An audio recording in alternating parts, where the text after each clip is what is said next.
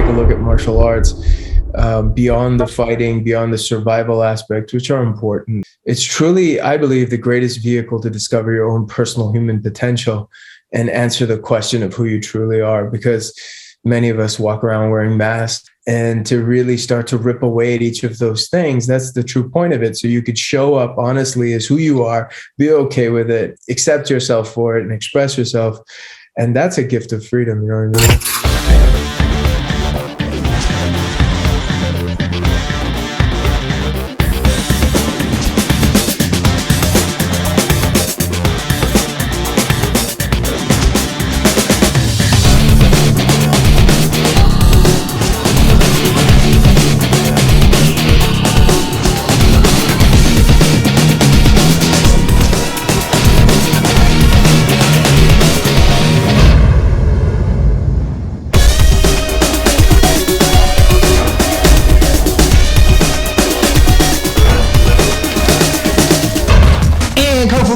What up? It's Sifu Quasi, and oh yeah, you read the title and the thumbnail correctly. We've got yet another 5 crucial questions for Kung Fu Master episode on deck. This time, it's my very first spotlight of a Jeet Kune Do instructor, and I'm so excited. We're talking Bruce Lee's art, the one that he created. I've got Sifu Harinder Singh as my guest, but before we go there, you already know the deal. You know what I need you to do. Go ahead and drop a like down below, leave us a comment or two, share the video if you like so we can grow, and it always helps us out to keep building the channel. And I appreciate all of you, this great community, for building up what we have so far.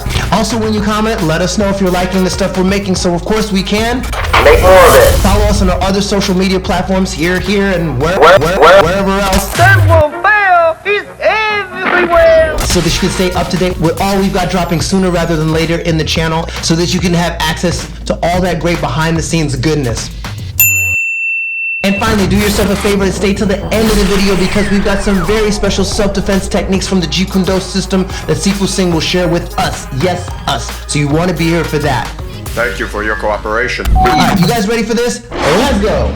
Not only is he a fellow martial artist, an instructor, who actually is more than just an instructor. You train military, special forces, law enforcement people, motivational speaker, an author. I mean, man, your list of accolades, man, is, and wait, Masters Hall of Famer. You got inducted in 2019. I saw that as well. Want to welcome Sifu Harinder Singh to my program. Yes, did I get it right? Yes, you did. Yes, you did. Thank you for your kind words, man. Great to meet you, sir. Yeah, nice to meet you as well. And let me tell you, I initially got hip to you a couple years ago because I do a northern system myself, Ying Jiao Pai, and I'm always trying to add to my learning and stuff. And I did one of your modules. I bought one of your modules, and I love the fact that you really emphasize a lot of the footwork as well as the hand stuff. So I really benefited from that. Wonderful. Man. I'm glad it was of service to you. No, absolutely. So I'll get going, and kind of just intro you to everyone. Well, first of all, you're in California, but originally like a Canada guy. Did I be right? Yeah, I'm from Canada, but to be honest, I've lived more than half my life in California, so I guess I'm Californian now. You're official, and you've got a unique name like myself. So originally, where are you from? I was born in India. Okay. I was born in India. My family migrated to Canada when I was 6 years old. And then I came to California in 1997 to attend the University of California, Davis, to do my computer electrical engineering degree. And I played tennis at that time, NCAA tennis. So. Yeah, I saw you could have been the next John McEnroe, man. I don't know about all that. That dream was crushed pretty early. So. Great call. How did you get initially started in martial arts, and what age did you start? I started when I was 6 years old. I started in Washington Ryu Karate at the University of Toronto in Karate Judo, run by Sensei Bert Konzak. And so, my mom put me in. We were an immigrant family, and my dad was traveling a lot at that time. And so he wanted me to be able to defend myself. And so my mom put me into karate, and my mom, at that time, parents at that, if they're new to it, they don't really know what to choose. So she looked for a sensei who Dr. Bert Konzak at that time was Eastern philosophy professor at the University of Toronto. So she was like, oh, okay, well, this should be good for him. And that's kind of how I got started. So then when was the transition over to Jeet Kune Do specifically, or did you try other styles after that, or how did that work? It was when I came to California. You know, in my last year of college, I got into a couple of pretty crazy altercations. I was jumped by a gang at one point, and then that, you know, led me on this journey. Long story short, it was divine intervention that I was saved. And, you know, I was very angry. And like most people, sometimes if they're bullied or they've been assaulted, I was very angry. And I also, growing up in martial arts, you know, I've been in street fights and stuff like that, but not something like this that was organized, you could say street warfare in that sense. And it left me very jaded, very angry, full of shame. I couldn't protect my friends. And fear, you know, and then that led me down two paths. So it led me down the path of researching Jeet Kune Do, and, you know, I wanted to find the baddest people on the planet who trained the Navy SEALs. So I went that route.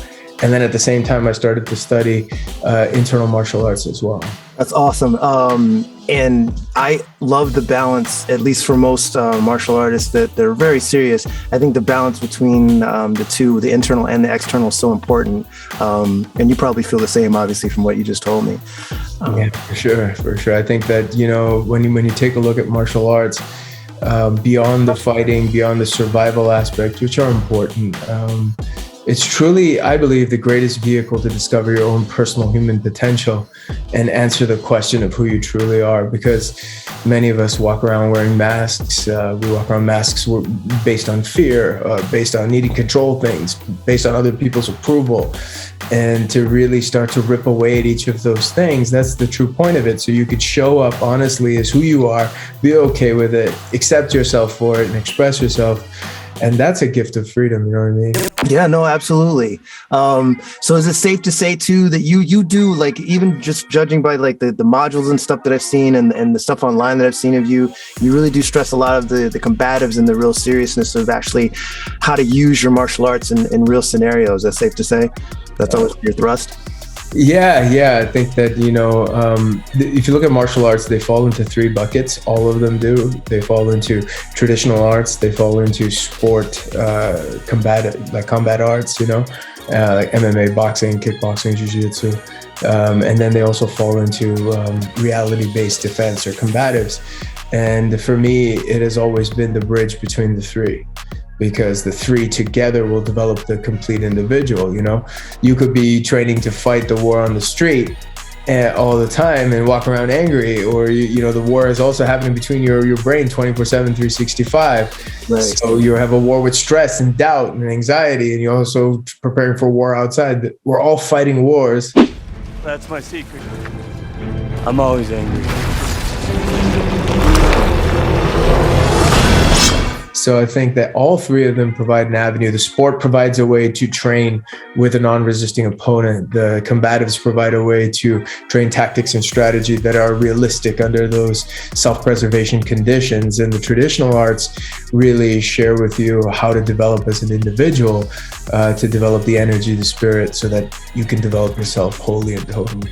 Yeah, no, absolutely. So when I'm looking at the list of things that you've done, or different martial arts that you train in or probably still train in, I noticed, and most Jeet Kune Do practitioners, I know Wing Chun kind of also comes with that, because Bruce Lee's original art, he trained in Wing Chun first, Jiu Jitsu, Kali Escrima. So do you still actively train in all of them, or do you kind of meld them all, or how does that work? You know, in the beginning, so I've completed the Wing Chun system under Sifu Bender, who's a disciple of Liang Sheng and Ip Man. Also, he trained with Ip Man at the same time as Bruce Lee did. I've completed my Kali training. Of course, completed means being a senior instructor level, but there's never a completion to training. So just understanding those systems, getting my Sifu ship in Wing Chun and Taiji, and Neigong and internal arts, and then I have a brown belt in Brazilian Jiu-Jitsu. But for me, I also do French Savate, boxing and wrestling. Nice. But the thing to my students is always, how can I teach them the totality of it all instead of separating them? Right. How can they come together? Because when it comes together, there's really just two words. It's fight and flow. That's everything comes down to fight, the strategy and tactics, and flow means can we flow from range to range, situations to scenarios, and can we also enter a flow state of mind where we can stop the chitter chatter and find the peace and chaos and weaponize our awareness. Yeah, no, absolutely. I believe you're so right with that. And really, when it comes down to it, it's like people do seek out instructors for different reasons. But most people are trying or wanting to find some way to defend themselves at the end of the day, I believe. What would you say when people come out? Because it's actually funny, or maybe not funny, but like I don't see that many Jeet Kune Do, kuns or schools around or advertised as much. Or how do people actually find Jeet Kune Do, or when they seek out Jeet Kune Do, I guess I should say, are they looking for something specific from you, or do they come in with intentions, or is it just varied? I think there's like different things that bring people to Jeet Kune Do. First of all, they're fans of Bruce Lee, or inspired by Bruce Lee. Maybe they've watched some movies and they watched the movement and that brought them into it. Maybe they read the philosophy and that brought them into it. Or maybe they want a really street-based, reality-based combat system that also is, for me, Jeet Kune Do is philosophy in action. So oftentimes the people that are coming from it are wanting something that's direct, something that's to the point. They know of Bruce Lee, they know of the philosophy, and most of the people that come are already pretty advanced martial artists. So along their journey somewhere, they got information or they were exposed to it. And it's kind of like, I would say, a graduate art in that sense. No, I totally agree. So as you were, developing after your incident that you were talking about, and you were like seeking out different instructors so that, that incident never happened to you again, on your learning path, what kind of made you go, okay, now I've taken all this stuff in and I've learned from different artists. What made you want to then further say, hey, let me pay it forward and start teaching? Or was that always in your head? I think for me, it was always there. I think teaching, I've always loved to teach. I started teaching even when I was in karate. I was teaching when I was 13 years old. Oh, okay. So teaching to me is something really important. But, from a perspective of serving people and paying it forward, but also teaching is of vital importance to understand the material, because when you teach somebody, they ask you questions or they will push you to answer questions and you may not know the answer. And so teaching, I think, is a big part of learning and growing in martial arts. Yeah, no, I agree. It's like you learn so much from teaching. You tell me, and I kind of think I know the answer already, but in Jeet Kune Do, there are no formalized forms per se, right? No katas forms, or are there? No. I mean, you have your combinations, you could say, which like boxing or something like that. You have combinations and you have strategies. You have 5 ways of attack. You have 5 times to counterattack. You have a lot of attribute development exercises, attributes like space or awareness, timing, distancing, sensitivity.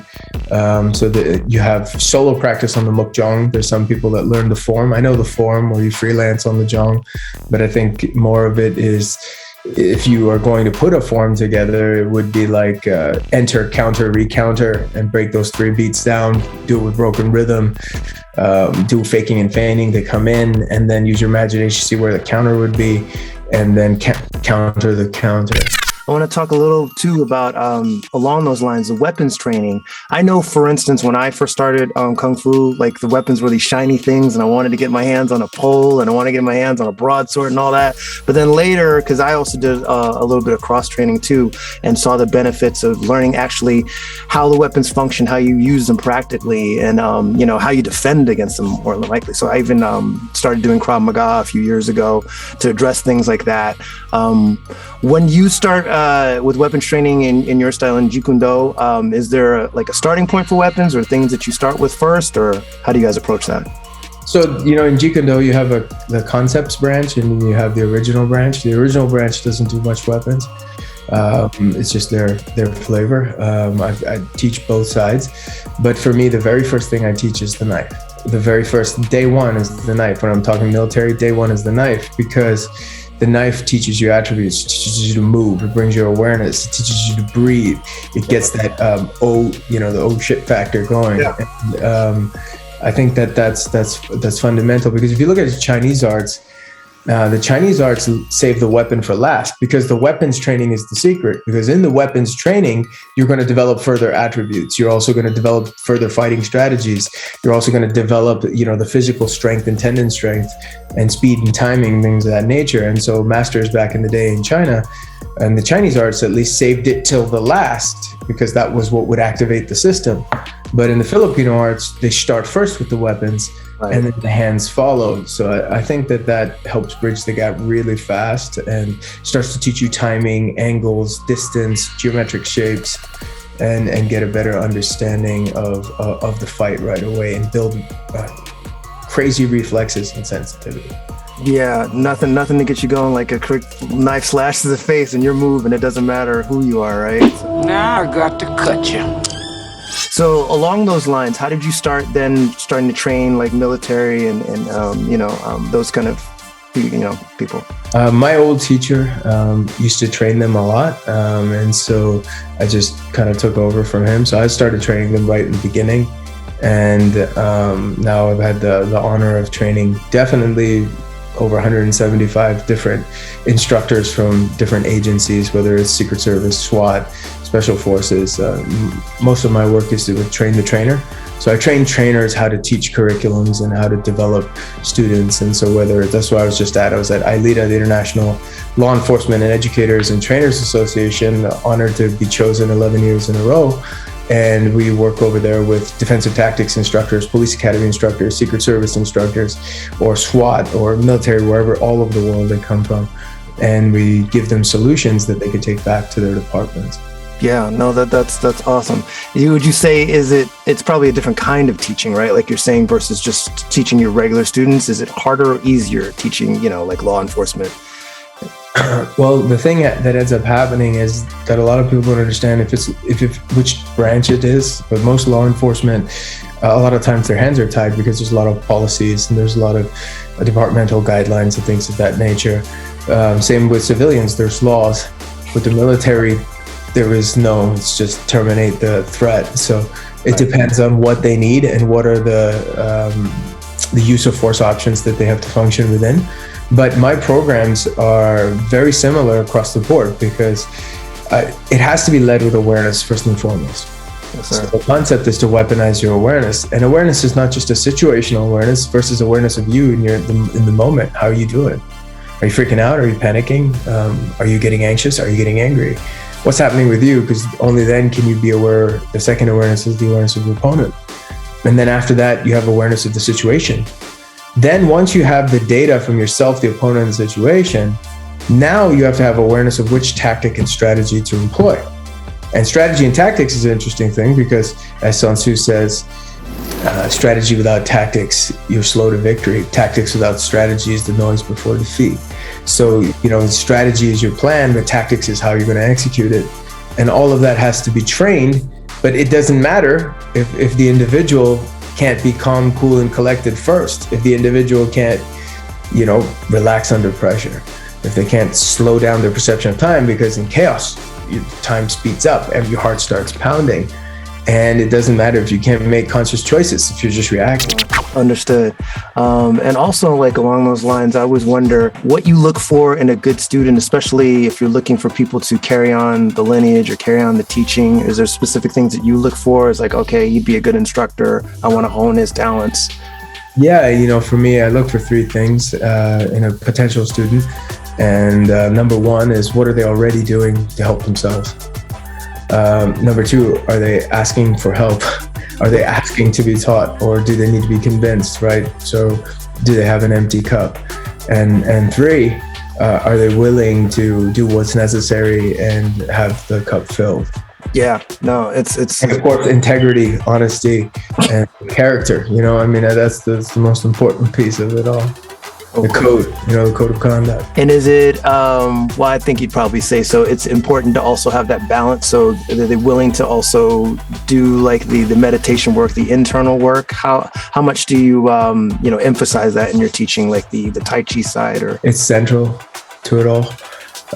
Because for me, at least, if an individual is not looking to go deeper to understand who they are, then violence is only going to beget violence. This anger is only going to create more anger.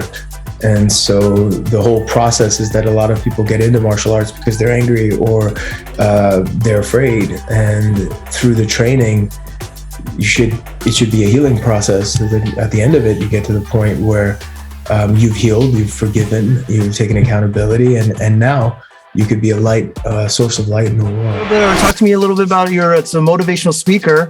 I know you do that as well. Was that always part of your journey as well? In 2012, I gave my first TED Talk. TED Talk, hey. So I gave a TED Talk in 2012 in TEDx Sacramento. It was one of the biggest ones at that time. And it was titled, you could still find it on YouTube, it was titled How to Quiet the Mind in 5 Minutes a Day. And for me, it was always, because once upon a time, I was a computer engineer in the Silicon Valley in the dot-com boom days. Right, I read that. Okay. So I understood that world, and I always saw the cross potential, especially of the philosophy, but what are the active steps? What are the mechanisms or the mechanics of flow? Mm-hmm. So my obsession has always been the flow state. When I was jumped in that fight, yes, the divine intervention saved me. But that's when I really felt that flow state. I felt it before in sports and things like that, but never to that level where it was life and death and literally time slowed down. And not only did time slow down, in that chaos, I'd never felt so much bliss and peace before in my life. So I was like, what is this? This is an interesting thing.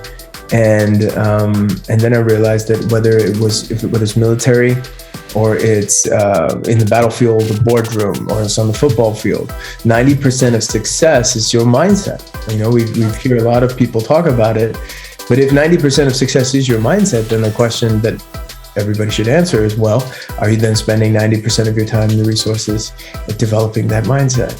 Are you figuring out how can you choose peace in chaos? Because oftentimes, so I get called in, most of my talks are around chaos and how to perform in chaos. So whether it's from companies like Apple to various Silicon Valley executives to giving speeches at sales conferences, chaos is everywhere. Yes. And what are the mechanics of slowing down in chaos and making conscious choices? And that's the same thing whether bullets are flying by you or somebody stabbing you with a knife. That's just the ultimate versus giving a presentation. Because if you look at most people, they're afraid, right? Fear. And it's the fear of the unknown. It's the fear of uncertainty. But if you ask most people what they're afraid of, they're not going to say being attacked on the street, which is a real fear. Most people are afraid of a projected fear, which is the fear of what other people think. That's why public speaking is the biggest fear in the world. It doesn't make any sense. But the reason is because they don't want to be judged, because they need approval. And so there's that aspect of it. And then the other aspect is, for me, it's how can we connect to ourselves and other people? How do we adapt, which means make yourself comfortable in an uncomfortable situation and be fluid? Because that's where certainty is. Certainty can't be in any fixed plan. Certainty has to be in flexibility. But that first has to start with the skill of making yourself comfortable in an uncomfortable situation, and then adapting and recalibrating and readjusting from moment to moment to moment. And then finally, how can we be a creating being so we can create in the chaos? Because chaos is a canvas for creativity. And so whether it's in martial arts or in a self-defense or in the boardroom, those principles are universal. And so that's how it just easily transferred over to the other side. Yeah, no, it's a really great point. It's so interesting how, I've read that public speaking is one of the things that people fear the most. And you get it because even teaching sometimes, I mean, not so much for me anymore, but the butterflies in your stomach happen and you're like, it's like, what is this? And you kind of settle down and you realize it's just do what you normally do. It's like, people will get it, but we're so just caught up in what everyone else thinks, or, am I speaking well? Do I look okay? It's like, just get out of your head. But it's tough. It's tough. So talk to me a little bit about a big accolade a couple years ago, the Masters Hall of Fame induction. How did that all go down? You're in there with big names like Cynthia Rothrock and Don the Dragon Wilson, and also Thierry Cassell, who I actually did interview a little while ago. Great guy. How did that all come about? One of my teachers inducted me, actually, Grandmaster Darren Tabone. Yeah, it was an amazing honor to be in there. And I don't know, words can't really describe it. I think that he felt it was necessary to get in there. You have to be nominated, and then voted on by the other folks. And so he nominated me, and being an ambassador of the organization, I was inducted, and one of the greatest honors of my life. Yeah, it looked like it was an amazing time. I'd like just looking at the pictures, I was like, yeah, that's awesome. Congratulations to you for that. I got a quick, fun. I always ask people, and it's your Sijo. So, your favorite Bruce Lee movie, if you had one? Oh, Enter the Dragon. But it's interesting you asked me this question. I just did a piece for Black Belt Magazine on this. There's two. Really, I can't separate, but it's the philosophy in Enter the Dragon and the fight scene in Way of the Dragon with Chuck Norris. They have to be put together. I can't separate the two. Okay, got you. No, I totally understand. And like, I'm a huge fan of Way of the Dragon because of the Chuck Norris, but also because Bruce Lee directed it. It's his own personal touch to it. It's a little campy because, some of the jokes, I think, Chinese spare ribs and all that. You mean to tell me you don't know what Chinese spare ribs are? Well, let me show you, man. Like, I don't know if it stands the test of time anymore, but the fighting scenes are just amazing. And I'm also a huge fan of Fist of Fury, Chinese Connection. I just always They're all great, but I think those two, just for that one scene, because of how many, it was one shot, and the continuous motion that they were able to display such a high level of martial art on film, from the footwork to the breaking of rhythm to the mid-fight change of strategy, just to the pure movement and expression you saw in it.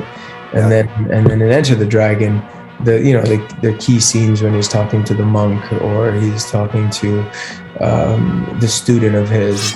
Let me think. Don't think. Feel.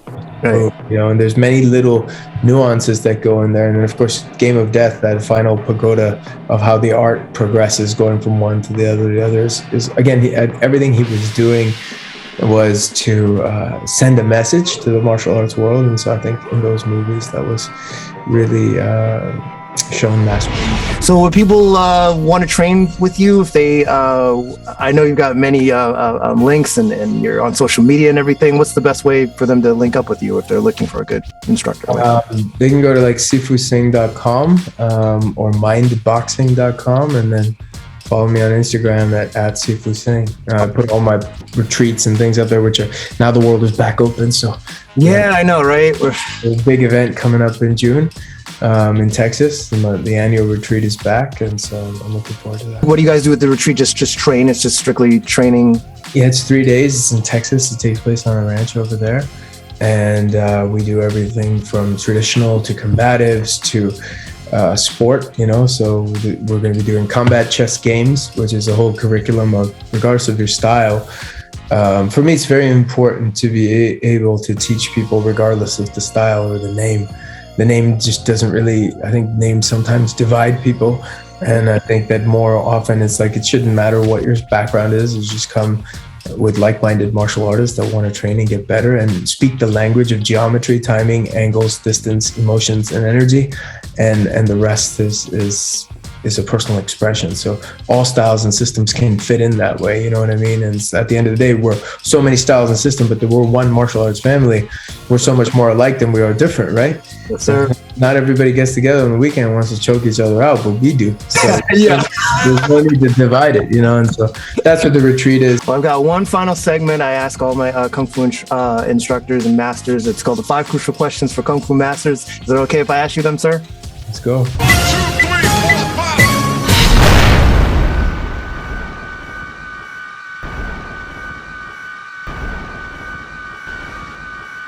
I think they're very important. I think that the mindset you take into it is even more important. So when you train forms, I believe you should segment off the sections of the form and then play with them, because they're a library. A form is to be learned, and so you can do a whole form, like the Chen forms I do are 227 moves. That trains the mind and trains the left and the right. So you have that in the sequencing to remember it. But if you want to train it for fighting, So it depends, you train the form for fighting and for flow. So after a long time of doing the form, you stop doing the form and the form starts playing you. It becomes a shell. It becomes a container for you to express your energy, feeling the earth, feeling the force of gravity, feeling the relaxation of the tissues, expanding your awareness, to feel around in the room, into the ground, into all, and to still get into the still point between time and space. Then when you want to take a look at forms from a fighting perspective, you have to take the moves, each of them, and then each move, especially just a Kung Fu form, each move can be used in a long range, in a middle range, and in a close quarter range. And it's up to you to experiment with the shape and test the shape. That's the most important part of the form. And then take that and then play with that and then play with the timings of it and say this shape, then what would come after this, and how would the person counter it, and how would I re-counter it? And play with the shapes, and after a while you will see an overlap of what's actually hidden in the form. The form is a way for you to go in to unlock your potential. However, I'll give one caveat. You have to be proficient in fighting. So I would say be good at fighting and then start to understand the form. If you just do the form without the fighting or the application, sometimes people make you learn a form without the application. I would rather go, here's the application and here's the move in the form. Get them both down, then add the next and the next and the next. So you have form and function.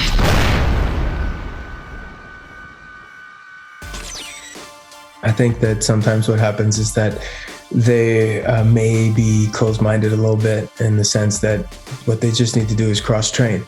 They need to go train against the people that they're fighting. And so here's the thing that happens. If you look in Kung Fu a long time ago, whatever your style was, you were training to fight other styles.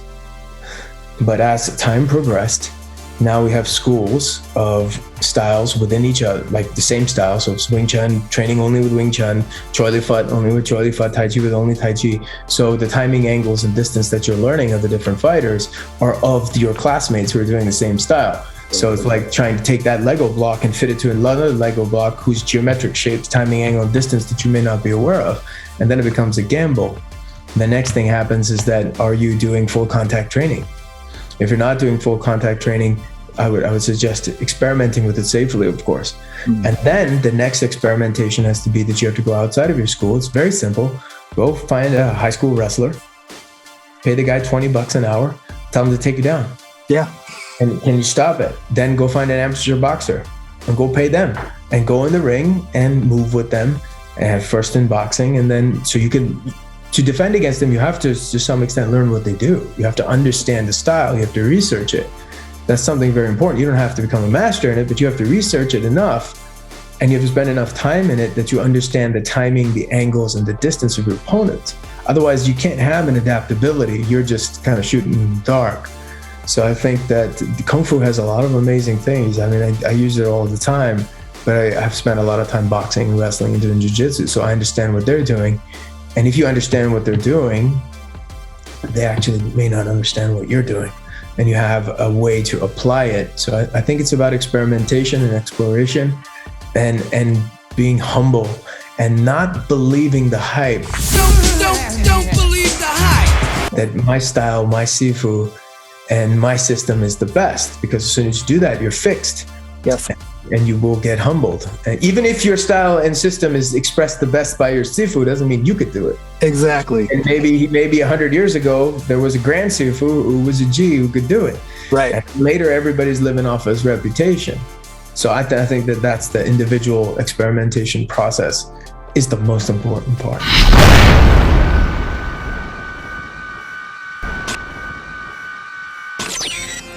I don't know what he wanted or didn't want. I never had a chance to talk to him. Also, at the end of the day, he died when he was like 32 years old. So what he would have thought when think about it. I'm 44. What I thought when I was 32 and I think now is two different things.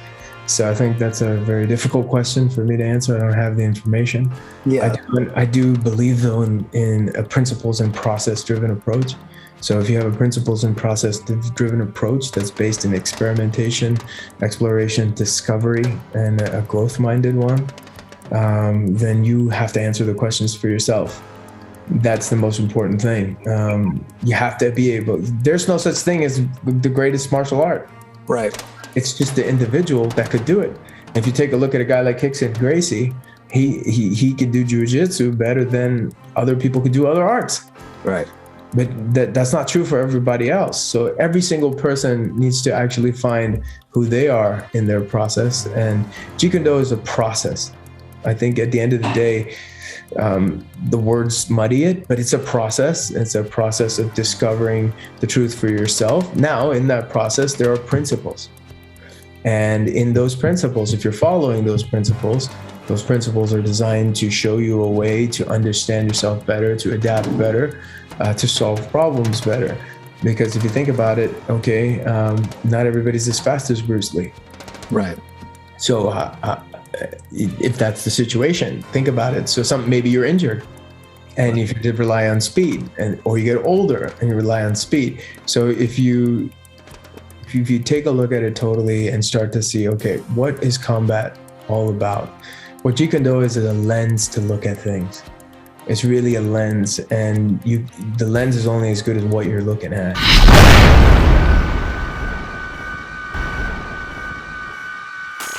I think it's the idea of adaptation and not a single fixed method.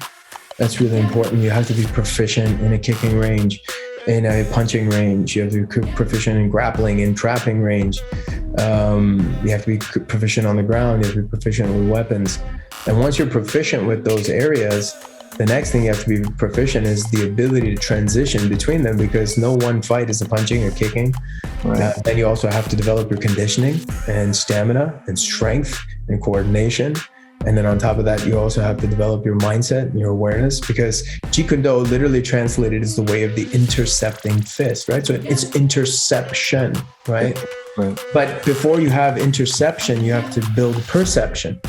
Otherwise, you're just relying on speed, and one day somebody's going to be faster than you or jump off better than you, and you're in trouble. So before you can intercept somebody, you have to build your awareness and your perception and your understanding of timing and reading opponents and reading situations, and not just reading their physical stances and tells and structures, which is on the physical level. You have to also read what's their emotions, what's happening with them. Is this person angry? If they're angry, make them angrier. What are you going to do? How are you going to use the tactic? And then the other part of awareness is to feel. Bruce Lee said, don't think, feel. The other one that he talked about is empty your mind and flow like water. Right? Be water, my friend. So everybody quotes it. It's not even on my t-shirt. I said, empty your mind. Be formless, shapeless, like water. But the key part to it is empty your mind to be formless, shapeless like water. You can't be formless, shapeless like water till you empty the mind. So how much time are you practicing emptying your mind, or is just being a Bruce Lee quotation? Then the next thing is how much time you are actually trying to feel, or are you thinking, analyzing, and trying to figure shit out? And so both of those, all those things have to be looked at. And for every individual, they have their pluses and minuses and things they need to work through.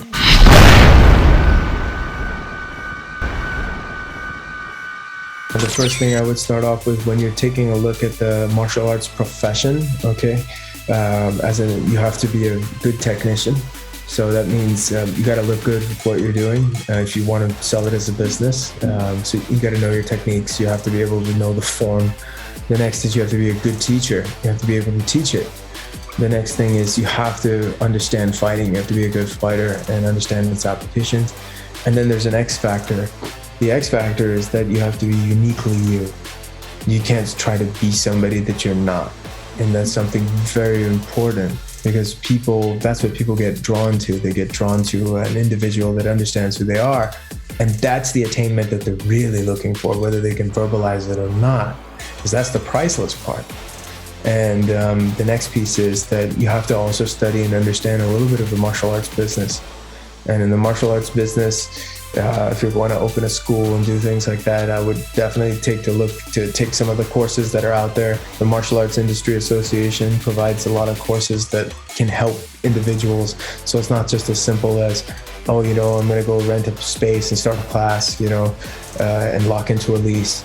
I suggest that you start small, start in a garage, start in a park, and start to build your acumen that way. The next piece also to that is to start to understand who is the market you want to teach. If you want to teach forms or you want to teach kids, or you want to teach meditation, or you want to teach older people, or you want to teach youngers, do you want to teach fighting, do you want to teach defensive tactics? Start to understand where your passion is, because at the end of the day, it's a service-driven passion industry. That's what's going to get you through the tough times. Martial arts is not an easy profession. This is not to deter anybody, but to know that you have to be resilient and persevere through ups and downs that you're going to go through as you develop your career. And as you do develop your career, for those martial artists that are listening, I highly suggest you also take a look to see avenues of how you can take your martial arts teachings beyond the mats, beyond the dojo. How can you take it into corporations? How can you take it into schools? How can you take it into speaking on stages, things of that nature, if you so choose? Because the more avenues that you could get yourself out there, the more the messaging we could spread to the world.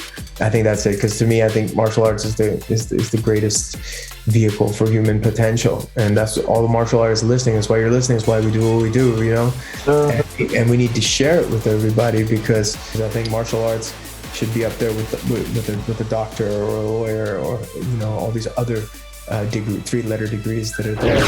So there he is, Sifu Singh, doing his thing, a true martial artist, philosopher, and more.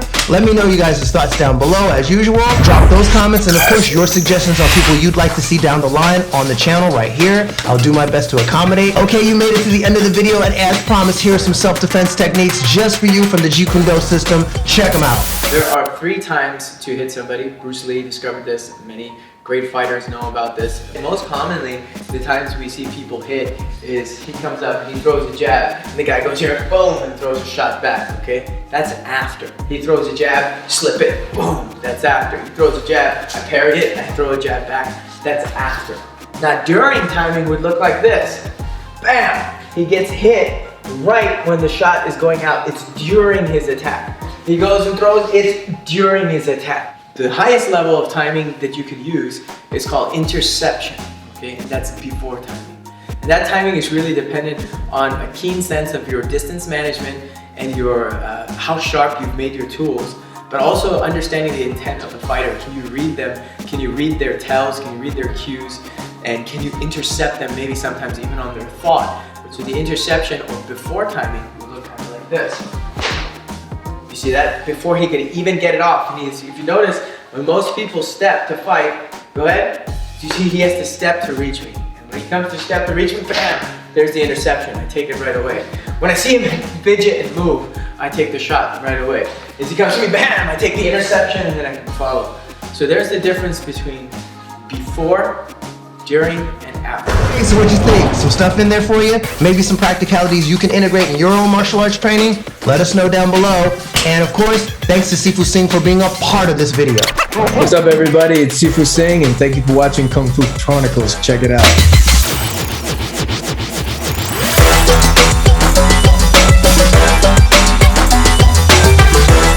Guys, stay safe. See you all in the next round. And as usual, keep punching.